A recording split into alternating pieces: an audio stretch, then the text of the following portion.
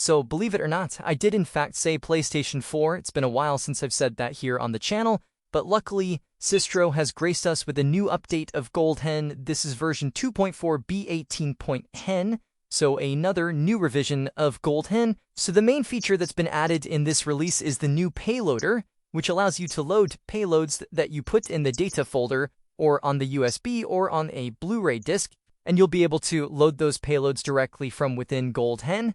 And you can also auto-load them so that once you run the jailbreak, whenever you load the jailbreak and GoldHEN is loaded, it will auto-load any payloads in your auto-loader list. That is the idea, and it's very useful for things like nano DNS, which of course gives you internet access. While keeping you safe from system updates, it protects you from system updates while giving you an internet connection. It's a lot more reliable than using publicly available DNS blockers instead. So I would definitely recommend setting this up with nano DNS. In order to get this going, what we need to do, of course, is download the latest version of GoldHEN, this new beta build, which you can grab from Sistro's Ko-Fi page. Of course, you just go ahead and download it from there. Then, once you have it downloaded, the next step is going to be to extract this over to the root of a USB drive.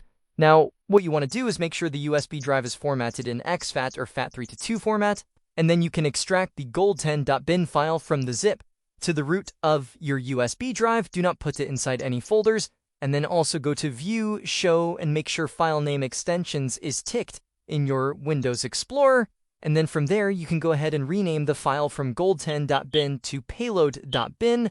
So we go ahead and rename it there, and then we can also add any payloads to the USB drive as well that we want to load. We just create a new folder in the root of the USB drive called Payloads, and then we just copy any payloads, any PlayStation 4 payloads that you want to run. So of course I'm going to copy the PS4 version of nano DNS into that folder, and then any other additional payloads. I've got a bunch of payloads here. I'll also go ahead and copy those in as well.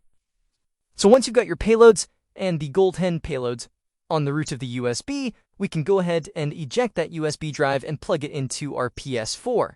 Okay, so once we're logged in on the PlayStation 4, we're going to head over to our settings. We're going to go to Network, set up an internet connection, use whatever method you normally use.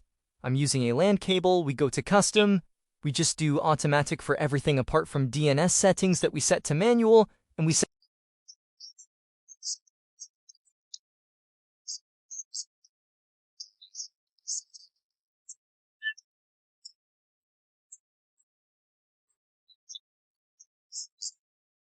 As you can see here, I cannot access Google, but when we run the jailbreak, we will set things up to auto-load nano DNS with the new autoloader that we can access from this build of GoldHEN. So now we have the network settings configured. We can run our jailbreak. So in my case, I'm using the PlayStation View application to jailbreak the console, which only takes a few seconds here. I'm on firmware 12.52, but that jailbreak works up to 13.0. So there we go. GoldHEN has been successfully loaded. Just gotta wait for all the notifications. We can see the USB payload was found and it's copied it to the data folder, which means the next time we load the jailbreak, it will just load GoldHEN, the latest version, from the data folder on the hard drive, and it is updated to 2.4b18.10. So there we go. That is great. So now we can head over into the GoldHEN settings, and you can see that we now have an additional option, another utilities option that has been added back to the GoldHEN settings. In there, we have the payloader that we can select. We have two options here, Launchpad and Auto-Run Queue. Launchpad allows you to load payloads again from the USB data folder and disk. If you have a disk inserted, payloads can be loaded from there as well. If we go into the Launchpad, we can see all our payloads we put on the USB drive are showing up here. All of the payloads are here, and I can run, say, nano DNS by selecting X on it, and that will load the payload. That'll get nano DNS loaded, as you can see. You can just load all of your payloads directly from there. If I load up the internet browser, we can see we are now connected to the internet, but it is blocking Sony servers, so we are protected from system updates and game updates. So now if I head back into the utility section again, and then head back to the payloader, if we go to the Launchpad, we can now add nano DNS to the autoloader by selecting Square to add to the auto-run queue.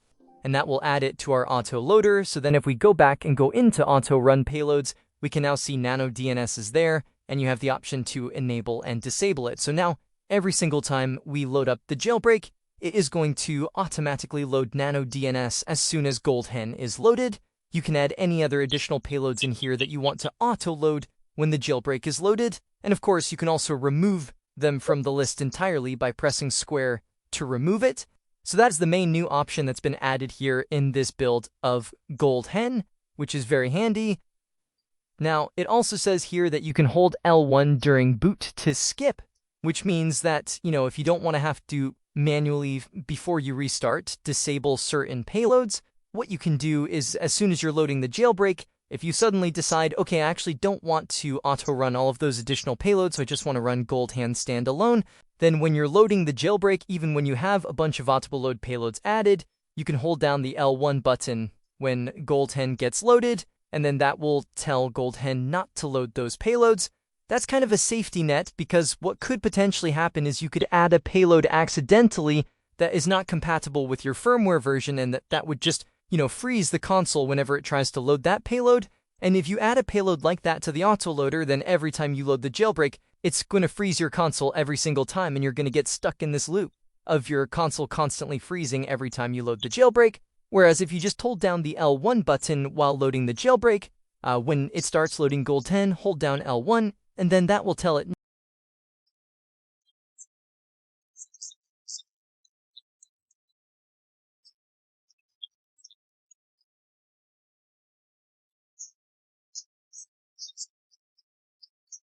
You can use the FTP server. If you go into the GoldHEN settings, you can head down to the server settings and enable the FTP server, of course, and note down the IP address and port number that show up in that notification. Then just type in that IP address into an FTP client on your computer that's connected to the same network as your PS4. Port number is 2121. We can quick connect.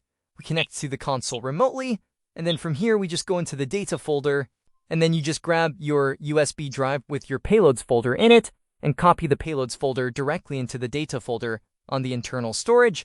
So now you have your payloads stored internally like nano DNS. And it's important that you use FileZilla and not something like PS5 Exploiter or some kind of homebrew-based application, because you want the execute permissions on the payloads, because the payloads need to be executed. And I noticed that typically when you use homebrew applications to copy files to the internal storage, they often do not have execute permissions enabled, whereas with FTP they should. If you right-click on the folder and go to File Permissions, you can see we have Read, Write, and Execute are enabled. So it's important that you have the execute permissions, otherwise the payloads will not be able to be loaded. So use FTP to copy them instead of a homebrew application, I would suggest. And then also, if we go ahead and go into the GoldHEN settings here, go back over to our utility section, payloader, auto queue. Obviously, it's still set to load the one off the USB drive right now, so I can press square to remove it, and then go over to the payloads list, and you can see these payloads are now in the data folder on the internal storage. I don't have the USB drive plugged in anymore, so I'll go ahead and add the nano DNS that's on the data folder, and now I don't need the USB drive to auto-load that payload anymore, because it is now stored on the internal storage on the hard drive. So anyway, that's going to basically do it here for this video. That is the new CareLoader feature that's added in the latest beta build of GoldHEN from Cisco, which is a fantastic new feature, especially now incorporating nano DNS to be able to just have that auto-load for us so that we can get an internet connection while being protected from system and game updates is a very welcome feature. Obviously, GoldHEN has its own update blocker built in for system updates, but it's good to have nano DNS for game updates, especially when using applications like PlayStation View to jailbreak the console. You obviously don't want that application to be updated to a higher version that would stop you from being able to use it to jailbreak. So anyway, that's going to do it here for this one. So hope you guys enjoyed this video or found the information useful. If you did, please give a like and subscribe. And as always, I will